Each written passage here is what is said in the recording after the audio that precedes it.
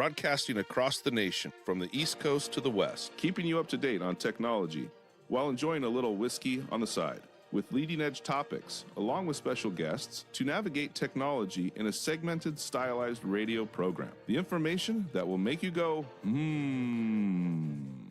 Pull up a seat, raise a glass with our hosts as we spend the next hour talking about technology for the common person. Welcome to TechTime Radio with Nathan Mumm.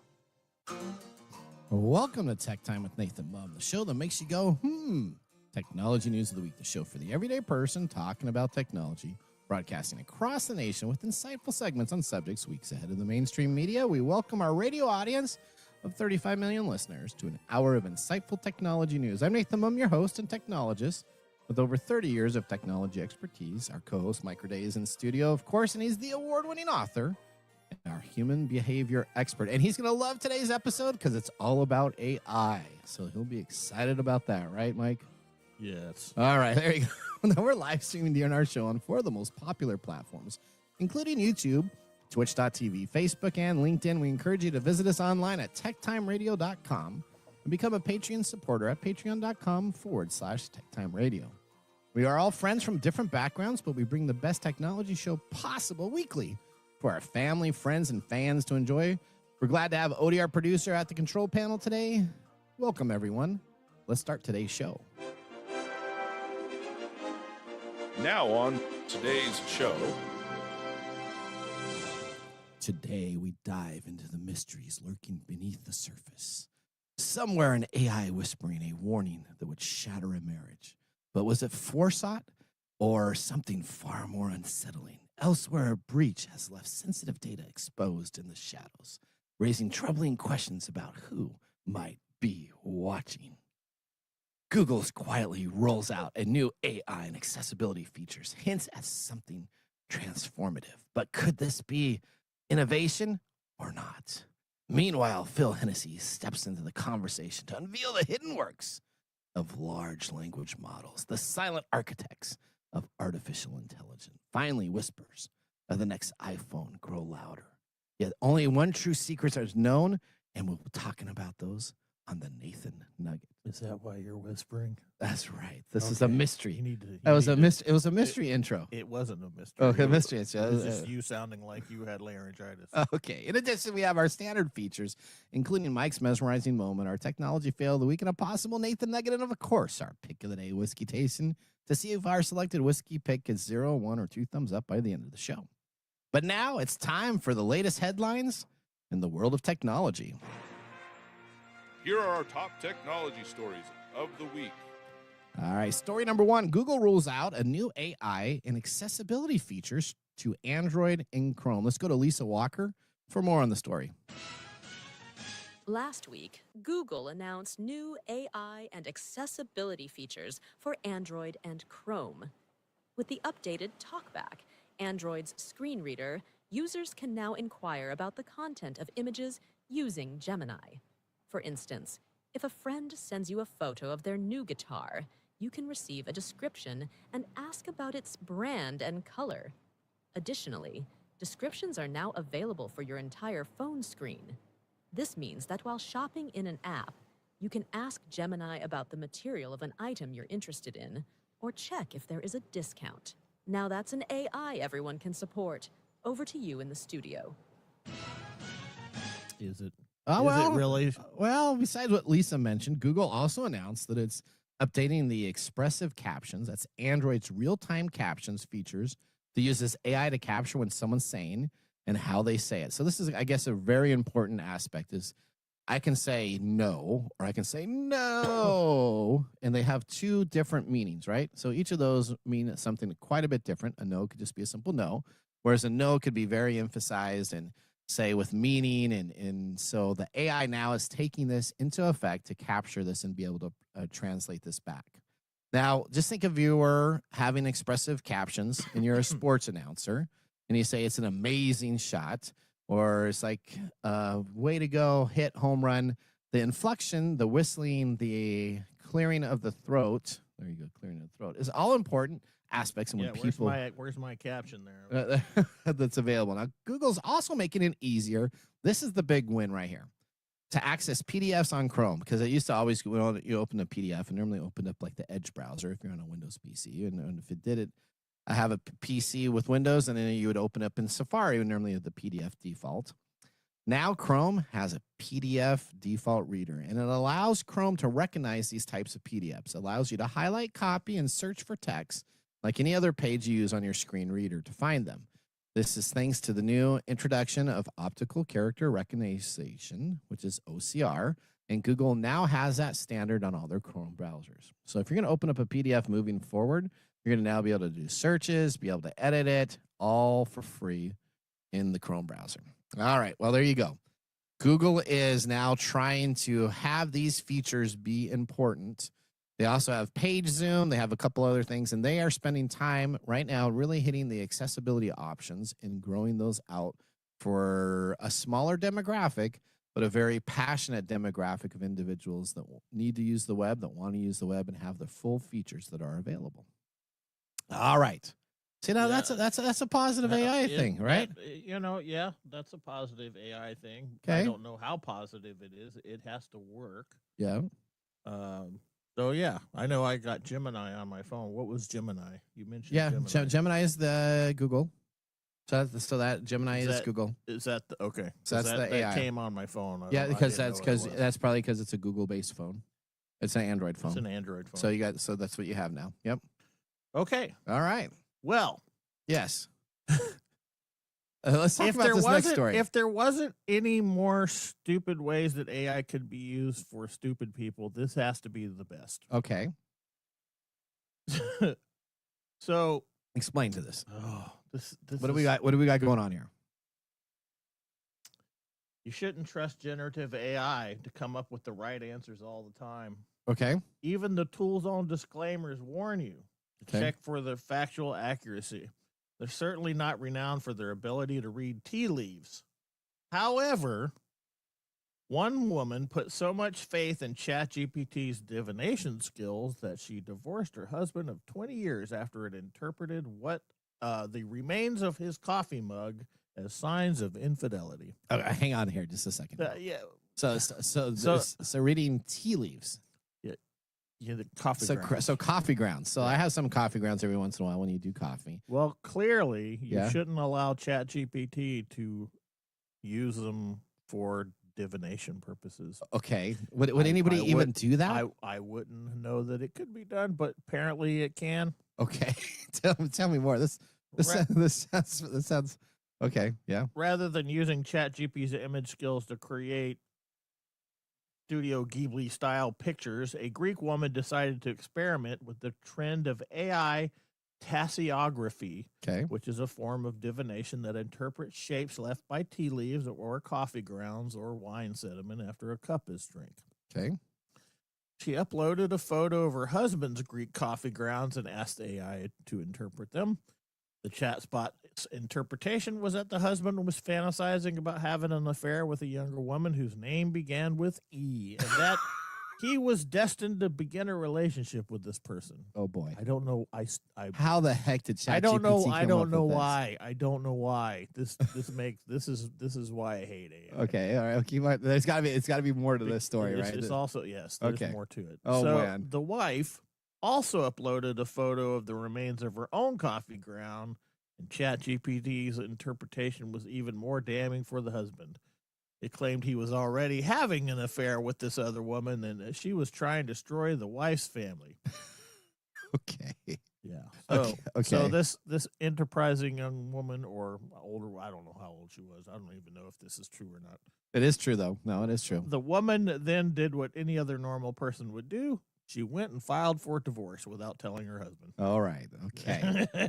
All right. So I guess she appeared on a Greek morning show. The husband said that the wife was often into trendy things and believed getting ChatGPT to read the coffee grounds would be fun. He said he laughed it off as nonsense, but she didn't. She told me to leave, informed our kids about the divorce, and the next thing I knew, I was getting a call from her lawyer. Oh, man. The man refused to agree to a mutual separation naturally, so he was served with divorce papers 3 days later. His lawyer is pushing the seemingly obvious argument that claims made by an AI have no legal standing, especially when it comes to reading tea leaves. It's anybody reading tea leaves. I don't. Is the AI better than the gypsy lady down the street to read the tea leaves, or? Well, I don't know. Clearly, this woman thought so. Okay, all right. Seems that the woman has a penchant for believing in mystical guidance. A few years ago, she visited an astrologer and took a whole year for her to accept that none of it was real. What? Not only is the whole situation a sad indictment of how much faith some people put in AI and tasseography, but it's also been pointed out that the readings traditionally look at the foam patterns, the swirl, and the saucer, not just the leftover coffee ground. So the way to even do this was the wrong way. This is three things that I fundamentally don't have a problem with the technology. Okay, that makes sense. We've established that. Yeah. Fundamentally, the technology is usually not the problem. Okay. It's the people using it that's the problem. Well, this lady seems to have more problems than technology. I'm trying to be very nice. I'm sure she's a nice lady. I don't know. This is stupid. This is like stupid criminals. You know how they get caught. And there's TV this is shows just about one of the most moronic things I've ever heard of. It's funny is you would think this would be like in Alabama or someplace like but no, this is. What are you trying to say? What are you trying to say about Southern people? You were just talking. No, I'm not saying we love our broadcasts in the Southern nations. Please, that's not the case. What I'm saying is, I'm from the South. I'm just saying that normally when you see things that go on in these cop movies, like you were talking, or shows, the dumb criminals. I don't understand why anybody would use. How the heck did the GPT? AI know anything about? Well, clearly there's some sort of tasseography setting. No, there's not. No, there's not. I'm an advanced user. Are you sure? Yes, I'm an open AI advanced user. No. There's no tools in open AI. Clearly, this is a trend. She said it was a trend. A trend. So AI tasseography. So now all of a sudden everybody's gonna start getting divorced because they're gonna put stuff in the chat GPT. I don't know. So I have no idea. How do you I am not the right person to talk about the marriage and all of its things. Okay. But I think if this happened, I think this guy kind of dodged a bullet. Actually, he may want to get out. Is that what you're saying? Yeah, I don't. I think he should go ahead and grant her the divorce and go on with his happy life because this is. Just think of that last year when he had to tell the lady whatever she got from the other person was incorrect. The astrology. Yeah. Oh boy. Okay. All right. The moon is in my hammies. Okay, story number 3. Crypto security exchange Coinbase has significant security breach and it's fighting back. So let's talk about it. This is kind of cool. This is a highlight story for me. Not that Coinbase got breached, but Coinbase, a cryptocurrency exchange. This is the one on TechTime Radio that we recommend people to use. Yours, right? Yep, that's what I use. A lot of people use that. It has over 100 million customers. Has disclosed the cyber criminals working with a rogue support agent stole customer data and demanded a $20 million ransomware not to publish the stolen information. So the disclosed cyber criminals worked with people within the company or support agents within the company to steal the deals. So it was an inside job, to say the least. Well, isn't it always? 99% of the time it is. It's very rare that you actually have somebody going on and pilfering into the company outside in a CIA van. It's not the technology. It's us. Well, listen to this. The company said it will not pay the ransom, but instead established a $20 million reward fund that leads to help find the hackers and who coordinated this attack. Now, this is the way you do it. Dead or alive, $20 million. That's right. You know what? If you can find out who this person is, if you can put in some eye drops into their coffee and they don't read the tea leaves, then they won't be in existence anymore. Yeah, you got yourself maybe $20 million from Coinbase. Now, disclosure comes after the criminals behind the breach emailed Coinbase on May 11th demanding the $20 million ransom to prevent public disclosure of stolen information. Now, the threat actors managed to steal a combination of the personal identity information and up to 1% of Coinbase customer base, around 1 million users. They couldn't steal the customer's private keys or passwords and couldn't access Coinbase Prime accounts and hot and cold wallets belonging to the affected customers of the crypto exchange. In a filing with the U.S. Securities of Exchange Commissions, the SEC, the company says the data stolen in this incident includes name, address, phone, and email, which you can get from any what do you want to say? Any private medical breach that happens to you, since it happens all the time to these private medical companies. Masked security, social security, which is the last 4 digits only. Not very helpful, but okay. Masked bank account numbers and some bank account identifiers. Government ID and images, including driver's license and passport. Account data, balance snapshots and transaction history, and limited corporate data, including documents, training materials, communications available to support agents. So like the help desk, support agent information. Cyber criminals bribed and recruited a group of rogue overseas support agents to steal the Coinbase customer data to facilitate social engineering attacks. There you go, the social engineering attacks. It's the humans that got attacked. The insiders abused their access to customer support systems to steal the account data for a small subset of customers, Coinbase said in a Thursday blog post. So now let's talk about this. So I think everybody should go Old West and yeah, let me just tell you, on the dark web, bounties on the dark web right now, there are people that are actually working to find out who the people were, have the actual tracking of information. This is if you want to stop cybersecurity, this is the way to do it, because now you have the hackers on the dark web that are trying to figure out who did it, verify that with IP addresses, and they're going to do way better job of tracking down who did this for $20 million, because it's easy money. All I got to do is start going back and tracking the IP, who did this, who posted something about it. So all you got to do is be a snitch for $20 million versus all the technology that you need to do for the rest. This Coinbase method is the method that I think may help stop some cyber criminal attacks. All right. Let's hope. I hope so. I think that's an interesting response. You think so? I liked it. All right. Well, that ends our. So you know what? They must have an actual IT person there that knows what they're doing. So all these companies, when they get breached, and the PR comes on out and they say, and you just know that FireEye and these horrible companies out there go on in to give them IT security that don't know what they're doing. This. Yeah, there's your plug. There you go. This at least is a company that has somebody in IT that says, you know what? Screw it. We're not going to pay them money. We're going to go after them. All right. That ends our technology stories of the week. Moving on, Phil Hennessy will be up next, breaking down AI and what an LLM, a large language model, is. As we talk about it on the show all the time, now we get the debrief of what it is. That's what Phil does best. He breaks things down. He tells you never to get in an autonomous vehicle in the snow and many other different things. Now, buckle up as we drive 88 miles per hour into our next segment. See you after this commercial break. Looking for custom glass solutions for your next commercial project? Hartung Glass Industries is your trusted partner in custom glass fabrication. For over 100 years, Hartung has delivered proven manufacturing expertise, comprehensive product offerings, and dependable service and quality. From energy-efficient facades to custom shower doors, we create glass solutions tailored to your project needs. With 8 facilities across the U.S. and Canada, we combine national expertise with a local touch-ensuring faster service and unparalleled customer care. Hartung Glass Industries, where quality meets innovation. Visit hartungglass.com to learn more.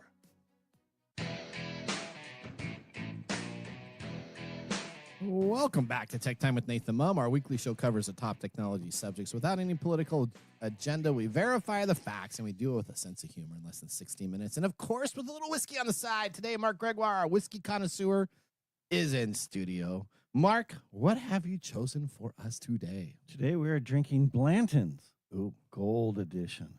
Ooh. So from Buffalo Trace's website, the world's first single-barrel bourbon was created in 1984 by Elmer T. Lee, named after former distillery president Colonel Albert B. Blanton. The Gold Edition was the second version created after the original 93 proof.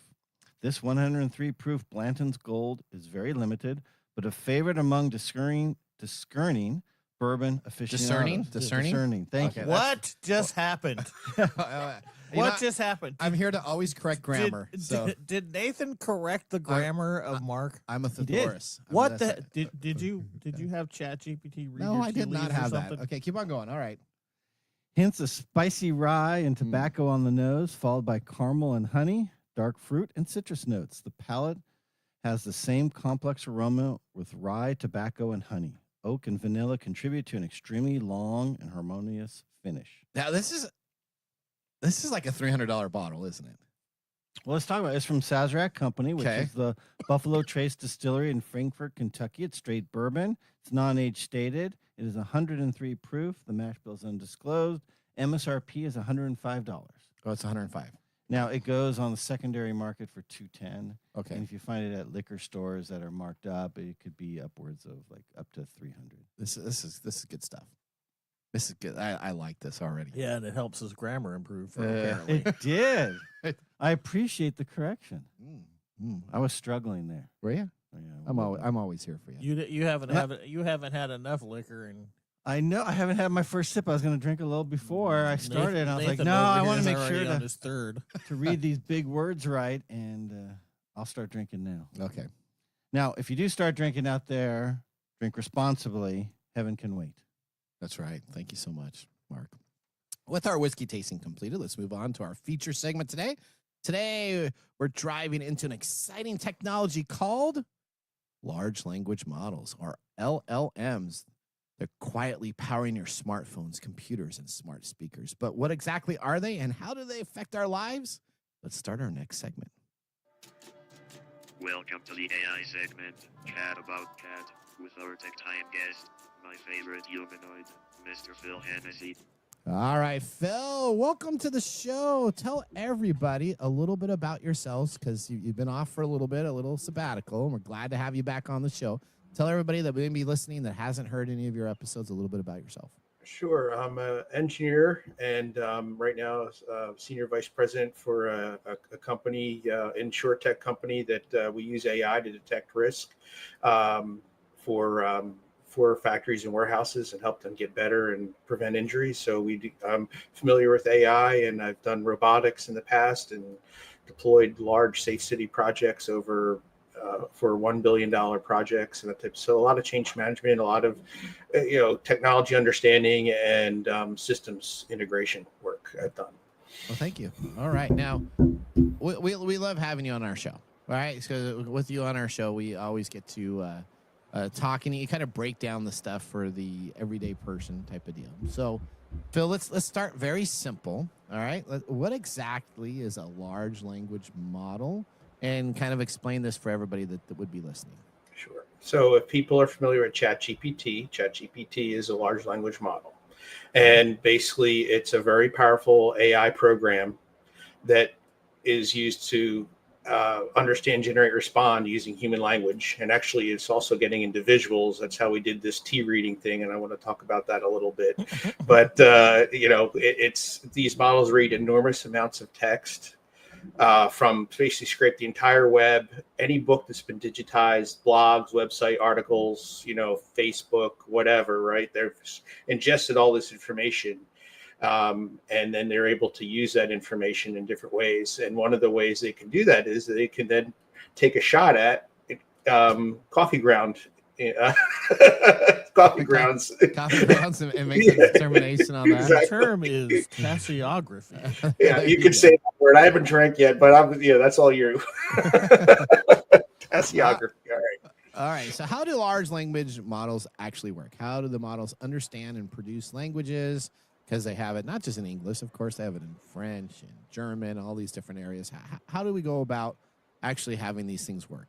All right. So there's we use neural networks, that is the basis for the computation behind it, which is trying to mimic the human brain as much as possible. And then in the programs itself, they have these types of programs called transformers, or self-attention, allowing the models to then understand each word. So it understands each word, and each self-attention or attention block understands one word, and they link and work together to build out that sentence, and then that essay or that paragraph, and that essay or that resume. So each one understands how one word or two words work together. And then that's why there's billions of these things that are happening at once. That's why you need these huge data centers now. And you're getting, Microsoft, trying to turn on a nuclear power plant to just power an AI data center right now because of all this billions of parameters that they're doing. So imagine these huge data centers, and they're basically just producing all this mathematical computation, billions and billions of computations. So it's kind of. Have you ever seen Mike? Have you seen that movie Eagle Eye? Yeah. Okay, so you see all those big server databases.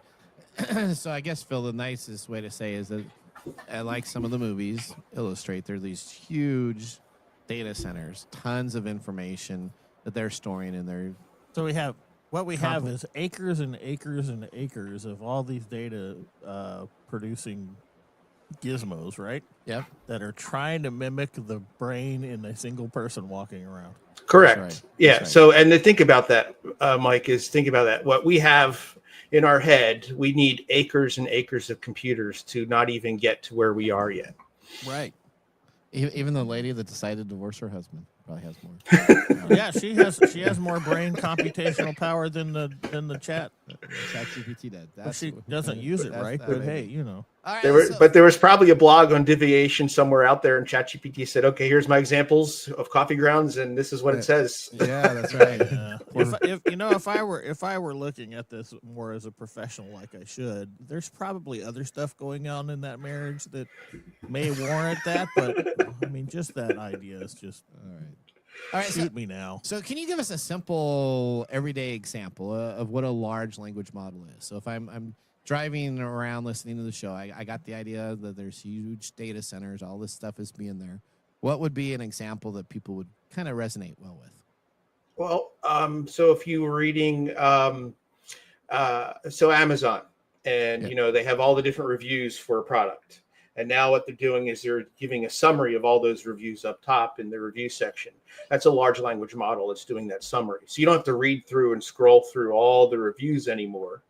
It's all there for you. Or if we've talked about before, I want to go ahead and customize my resume to one specific job posting. I can get my resume, I can get the job posting, I can upload together, give it a prompt, say, hey, I want to go ahead and make my resume more like this job description, so I can get an interview.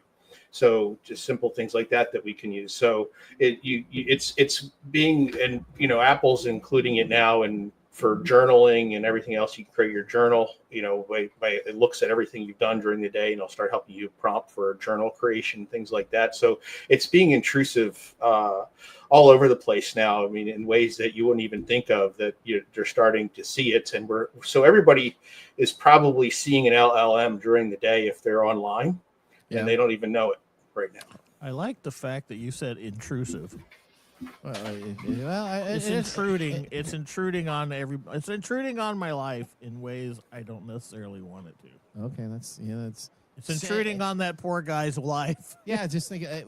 What's interesting now is you can't really opt out of a lot of these user agreements, right? I buy myself a Siri device. I buy myself an Alexa device, and guess what? All of a sudden, I need to make sure that I allow the terms of agreement so I can use that item I've bought, and every single time they decide to write something new in there, guess what? I have to accept it, and they get more and more access to more and more of my data. All your data. And that's where the training data comes in, is they're using this data, all this information that we generate to retrain their models. And so depending on the terms of service that we're agreeing to, they're allowed to use our data anonymized to help retrain and modify the models to make them more human-like. So that's what's happening.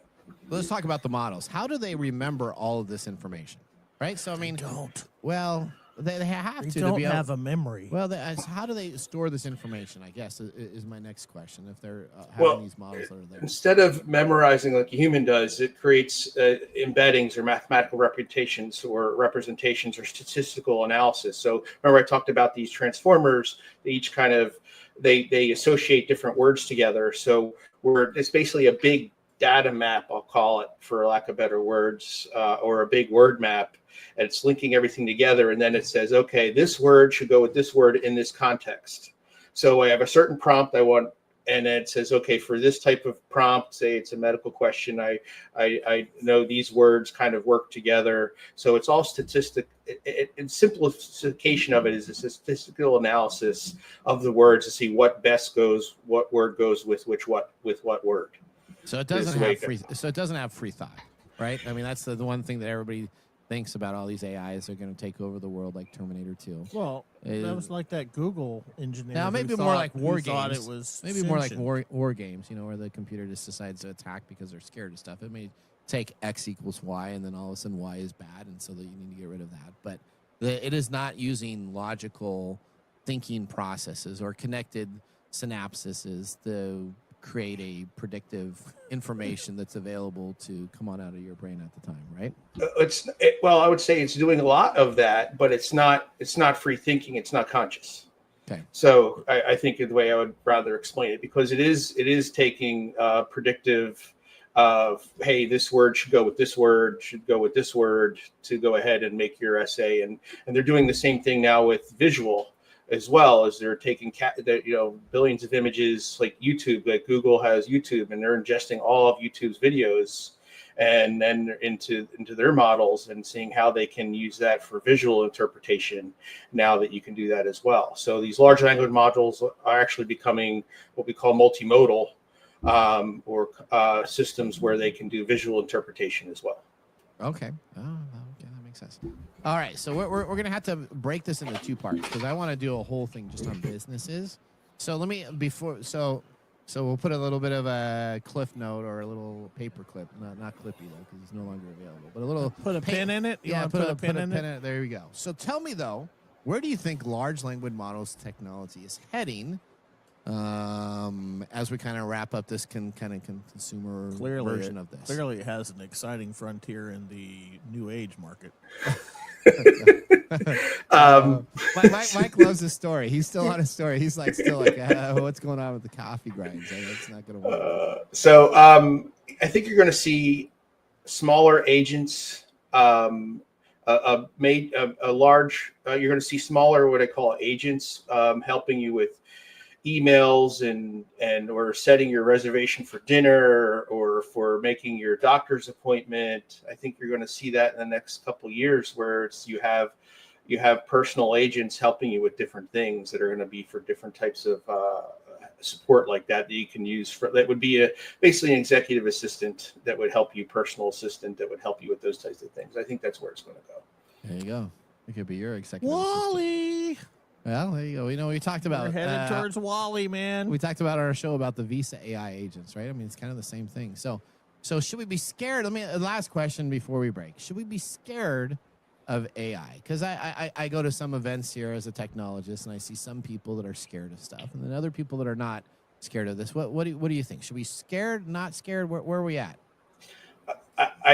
I'm going to answer it a little bit different way. Okay. I don't think you can trust everything it says right now. It hallucinates. Okay. So back to Mike's story, if you're going to believe everything it says, you're going to take actions that may not be correct for your life, right? Yeah. So you need to have common sense in reading it. And it's so good at stating a fact that this partially sometimes true and false. You really have to be an expert in that field sometimes to understand it, or otherwise. So there's still going to be quality control and what I would call human in the loop, but you still need to make sure you have your reasoning, your thinking, and you're critical in using this information, because it can hallucinate. It will lie to you if you don't do the right prompt. It will give you what you want. It thinks you want sometimes.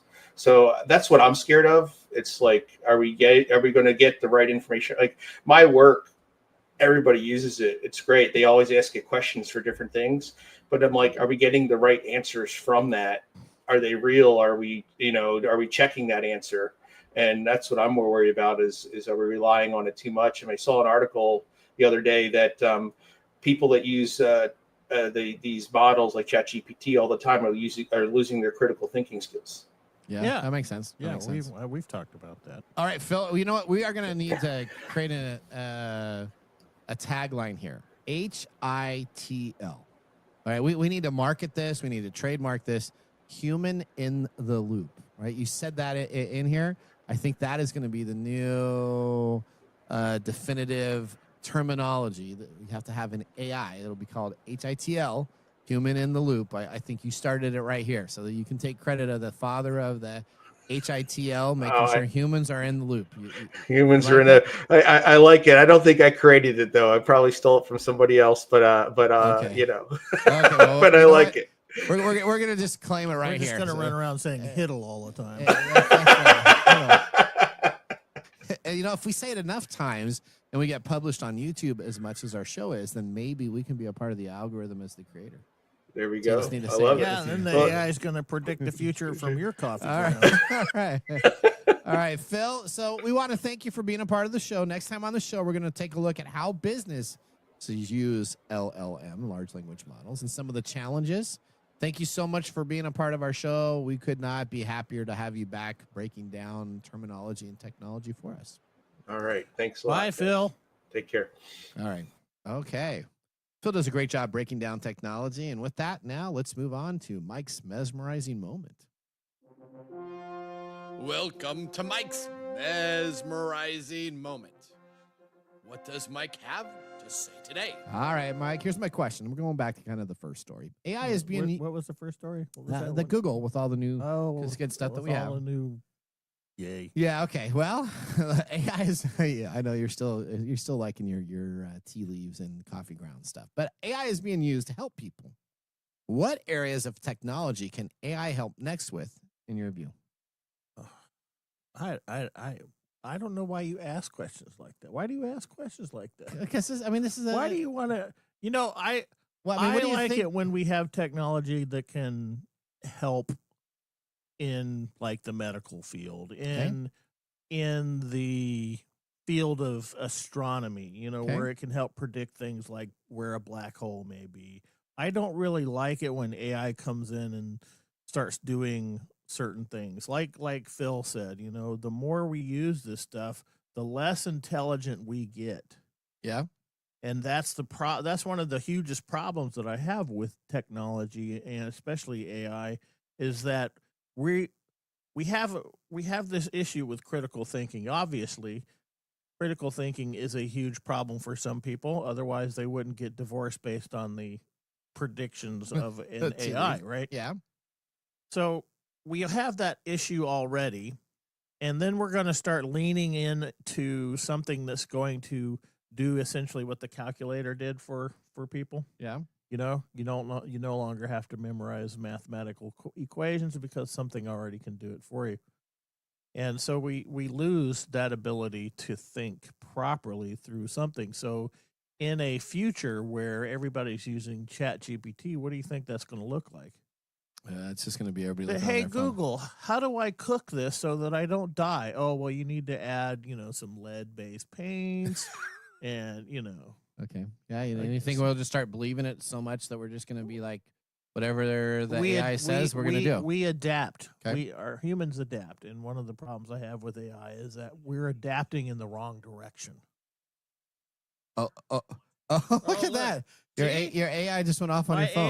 My AI just tried to Tell you intrude something. intrude on my thing here. All right, well, let And me that tell- was Gemini. That was Gemini. that stupid Gemini thing. Well, it's you got it loaded on your machine. There you go. I will say this: do you know that NASA resurrected Voyager 1's thrusters after 20 years?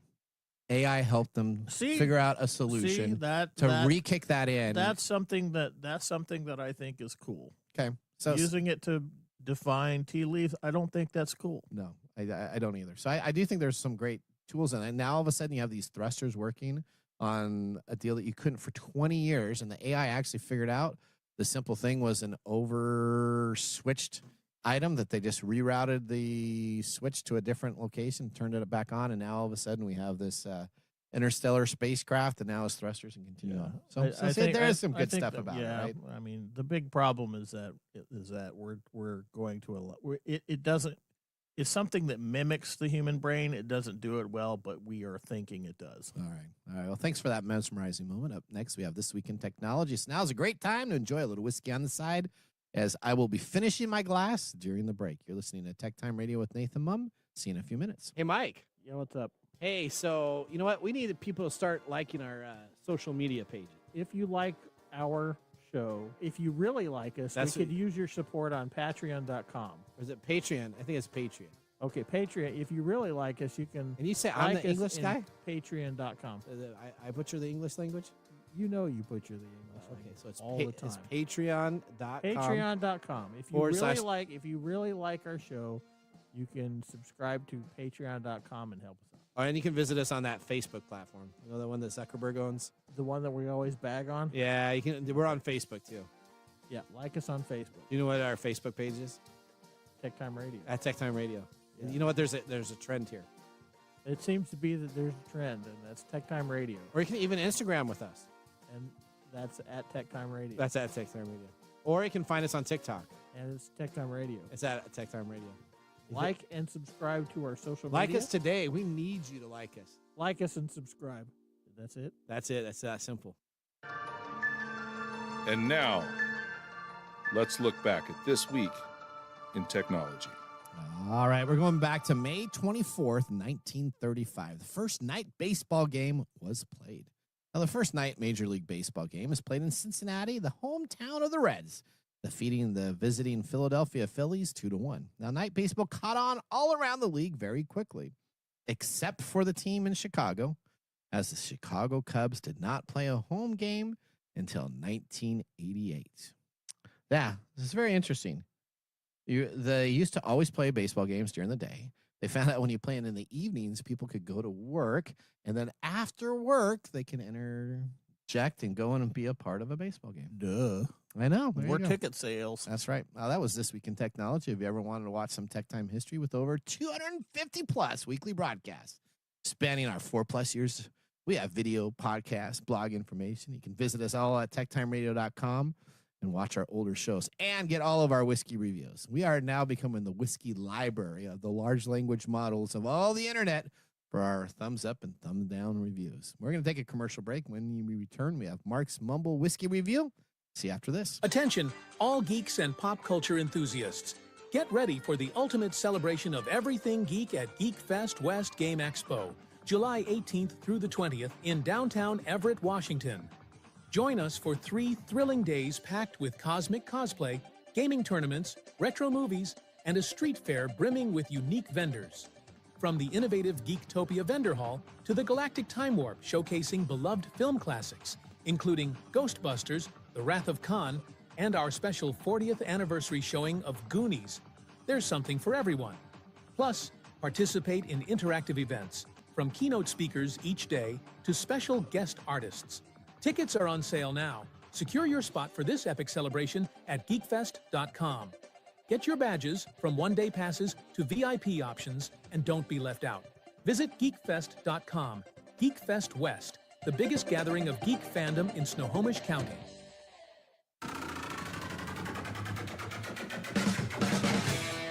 The segment we've been waiting all week for, Mark's Whiskey Mumble.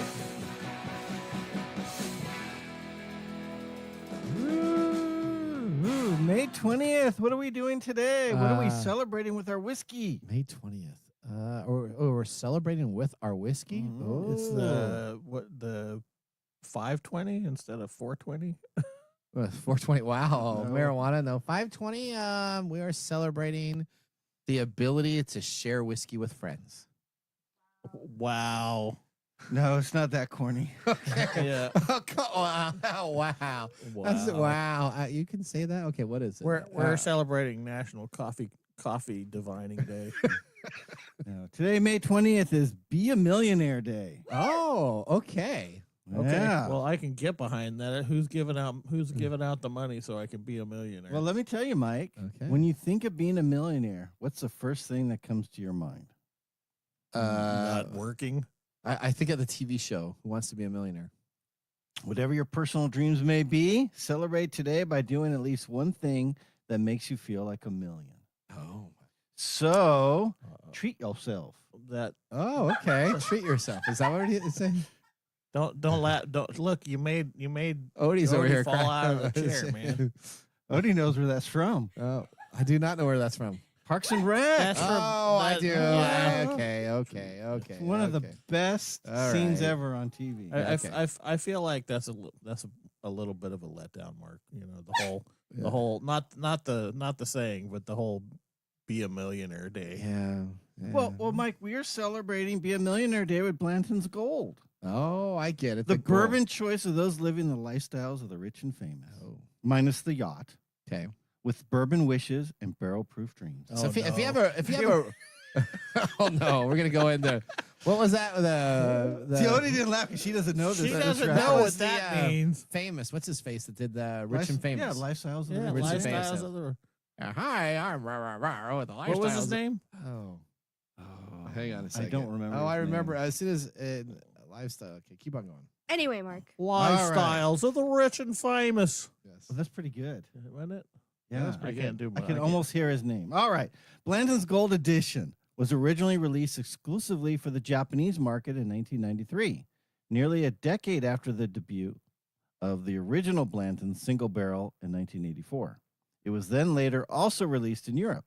In 2020, after 27 years of being available only internationally, Blanton's Gold Edition was introduced to the U.S. market, allowing the American bourbon enthusiasts to experience this once exclusive expression, assuming you can even find it. What can I say about Blanton's Gold? Well, quite honestly, a lot. It is a delicious pour that stands well above its more common sibling. I usually keep regular Blantons on hand as a crowd pleaser tater bottle. It is fun to share, but not something I reach for myself. Blanton's Gold, on the other hand, holds a special spot on my shelf. It's reserved for moments with my fellow whiskey lovers and for those times I want to treat myself. And I'm sharing it with you, too. And with us. It offers a richer mouthfeel, a subtle Kentucky I hug. feel like a millionaire right now. There you go, Mike. And a burst of those classic bourbon notes we all chase. Simply put, this one is a standout and well worth the hunt to find a bottle or have a pour at a bar. Now, is this like champagne wishes and caviar dreams? Oh, Yes, there it is. As Robin Leach would say. Robin Leach, on the that's it. I'm Robin lifestyles of Leach. the rich and famous. There you go. You remember that show, Odie? No. Do you have any idea what that show is? I have no idea what you guys are talking about. But I have heard that phrase or Okay. that whatever you want to say. That's what he closed out. That was what that was his closing. You have to be old to know that, like our friend Greg McNabb. This is a program to show you how bad off life really is. All right. For all of us poor slobs. Okay, so what does Whiskey Chris think of this? Do you know? Well, he's got a bottle of this exact one too. Oh, okay. All right. He loves it. You notice my glass is gone. I know. So is Mike's. I'm the only one mine's with the gone, little too. whiskey Okay, left. there you go. That's a shame if you want So, to share that. with It's us. almost $300. Well, that's like if you go to That's a on the certain black certain liquor stores that really That's do museum prices. Uh-huh. It's 105 is MSRP, Okay. and trading on secondary market. You it's know around what else has 210. MSRPs? What's that? Cars. That's right. All right. Without giving away your mumbles, would you buy it, Nathan? Absolutely. Okay. No, it's too much.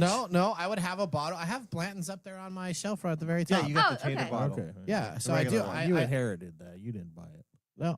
no, I bought Yeah, that. but Nathan's the cheapo, so. No, I'm not always a cheapo. I am Whoa, not. whoa, Wow. Did you buy the Blantons? Yes, I did.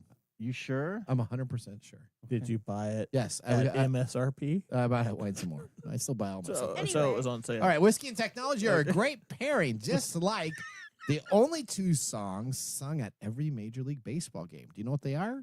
It's "Take Me Out to the Ball Game" and the national anthem. You know, you having to explain that just takes the air out of it. No, that's a great combination of pairings. All right, let's prepare for our And you know what technology. baseball is, right, Odie? Wow. The young kids don't do baseball. Yeah. Okay. Well, that I think that's a fair question. She knows what that is. Okay. If you don't know, Are you if you- serious? The station rebroadcasts the minor league team. I have to sit through baseball Yeah, she every watches. week. She listens See, to there the it is. Tacoma I have to Rainiers. sit- I have to sit Wow. through it. Well, yeah, and I whatever. played softball. Okay, so Okay. I do know What what. position did you play? Catcher and outfield. Don't okay. feel bad. I mean, lifestyles of the rich and famous you don't know about. Some people Now don't let's know move what on to baseball our is. technology fail of the week. Now, this is our leader. This is now the fourth time they have had a technology fail on our show. Dun, dun, They dun. are the leader. You know when they kind of do like the five person club for Saturday Night Live when you host 5 shows? Oh yeah. So this is now becoming our fourth. This is our leader, our fourth. You sure Tesla's not ahead of them? No, they're not. They're Really? tied. They're tied. Okay. All right, here we go. Congratulations. You're a failure. Oh, I failed, did I? Yes. Did I? Yes. All right, our fourth time we've had this company on. It is Waymo, our technology failure. Now, you know what? No. What happens to, let's just talk about what happens when you get in a wreck in a Waymo car. Do you know what happens? You die horribly? No, it's just who gets the ticket? Does the driver? Does the company? That's still up in the air, depending on which state you're in. What do you mean? There is no driver. Well, How you is as the that up in the passenger. air? As a passenger. There's literally nothing that Oh, you can that's do to still- influence Well, the... it depends on if you're sitting in in the- California or Arizona or Really? Texas. You're sitting in the back seat. Yeah. All right, let's go. continue. All Well, right. if you, I don't More know. than I guess if you're 1,200. stupid enough to ride in one, you should probably get billed for it. All right, more than 1,200 Waymo cars had to get their software updated because of reported incidents in Waymo's vehicles hitting gates, chains, and other road obstacles. Like just going for This is the and same. hitting This it. is the Just same hitting one it. that couldn't Yeah. navigate snow, right? Yeah, that's right. That's right. Phil talked about that on our stuff. So the volunteer recall was submitted last week to the National Highway Traffic Safety Administration regarding the affected fifth generation automated driving systems. However, officials said the issue was resolved through a software update that was rolled out starting November 2024 to the 1,000 plus cars impacted. The recall doesn't impact any Waymo cars currently on the road because those are, I guess, sixth generation and above. Before the update, the driverless cars caused minor crashes with chains, gates, and other obstacles on the road. No injuries were reported, and the NHTSA started an investigation into Waymo in 2024 after receiving reports of 16 incidents regarding minor crashes. Now, Waymo provides more than 250,000 paid trips every week in some of the most challenging driving environments in the U.S. Now, they say that they hold themselves to higher standards, and our records indicate less injuries over the tens of millions of fully autonomous miles driven on our technology-based roads to make them safer. Now, a Waymo spokesman says that they are the world's most trusted driver. A voluntary recall submission comes after more than 600 self-driving cars needed a software update in June of 2024 because one hit a telephone pole. I want to ask the Waymo spokesperson if he uses Waymo. Would That's you? what- hey, do you guys use the product? I'm sure he does. He's probably like 16 years old. I don't. I might disagree with this a little, Mike. Well, he's I've probably been traveling a lot, and human drivers are horrible. Are they? Absolutely horrible. I'd rather take a car that occasionally hits a gate and a chain. Okay. Wait, over most what? humans.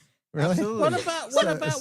What about when they can't navigate construction and like Or drive when into they can't even construction park zones? in their own parking lot. Yeah, they Sometimes circle they park. park in the middle of the intersection and then let people out. Now you can exit. Well, I guess isn't you're that like a safe. lot of People are- humans? Well, it could be. No. It could Yeah, be. a lot of humans just park anywhere. All the Uber drivers park in the middle of the street. You go to a parking space and there's park okay. diagonal. Waymo cars. I can Hang on. I can get behind that in partly because I drive every day and I see stupid people and I'm not the best driver in the world either, but I'm a known entity. All right. Well, guess what? They've had now 202 crashes in Arizona since 2021 to 2024. And only 31 of them resulted in any injuries. Only 31 of them resulted in injuries. All Only. right. And officers determined the self-driving cars are not at fault 87% of the time. They're so bingo. If you're in the 13%, best of luck. You're just sitting there and you're locked in a cage, and hopefully no one hits you in the back, which happened to some So poor humans, individuals. 87% fault. Waymo, No, I wouldn't say 13% that. fault. All right. You know what? I like that number. Let's move right now Drink some more immediately Blanks, in. buddy. Can we go right into the Nathan Nugget? All right, let's do that. Apparently, we can't. This there it is your nugget of the week. Oh, hopefully your mic wasn't on there, right? Okay, shoo-wee. Little dead air, and we don't want to hear those profanities. That was a bleep out. All right, now Apple users have 7 weeks to claim their $100 back. Make sure you listen to episode 252 to learn more. But today we're continuing with some Apple news. Now, the iPhone 17 release date.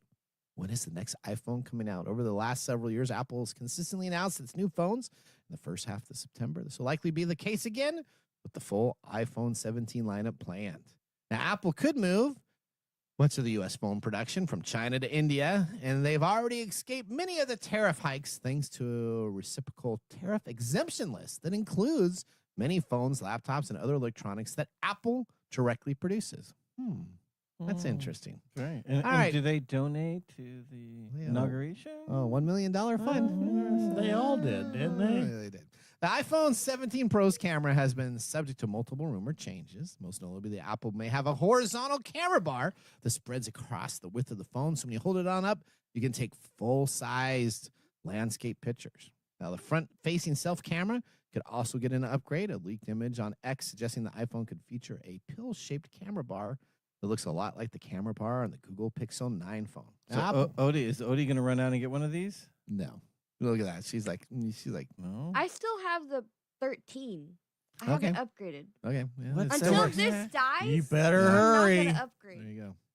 Now, the technology hostage is going to kick in, and you're going to have to.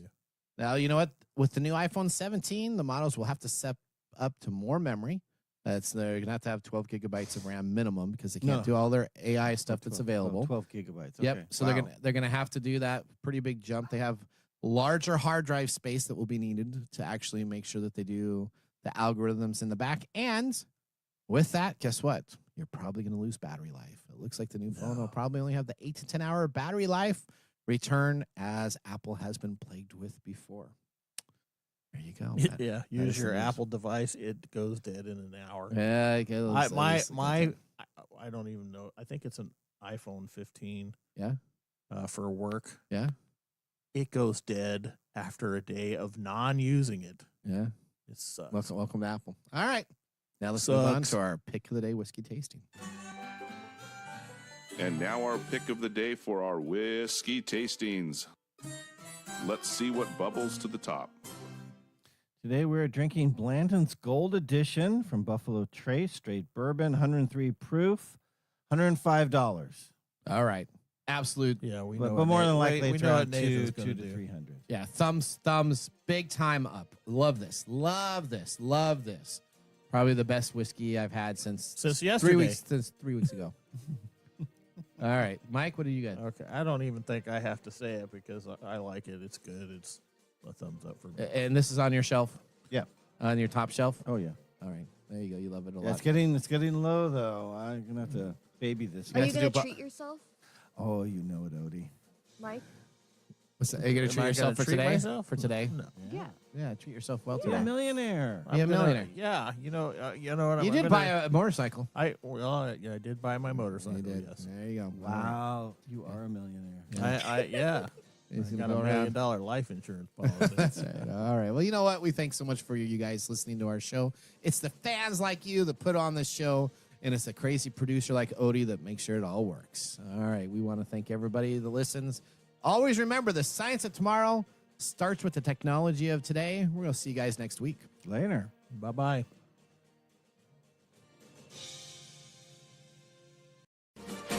Thanks for joining us on TechTime Radio. We hope that you had a chance to have that moment today in technology. The fun doesn't stop there. We recommend that you go to techtimeradio.com and join our fan list for the most important aspect of staying connected and winning some really great monthly prizes. We also have a few other ways to stay connected, including subscribing to our podcast on any podcast service, from Apple to Google and everything in between. We're also on YouTube, so check us out on youtube.com/techtimeradio, all one word. We hope you enjoyed the show as much as we did making it for you. From all of us at TechTime Radio, remember, mum's the word. Have a safe and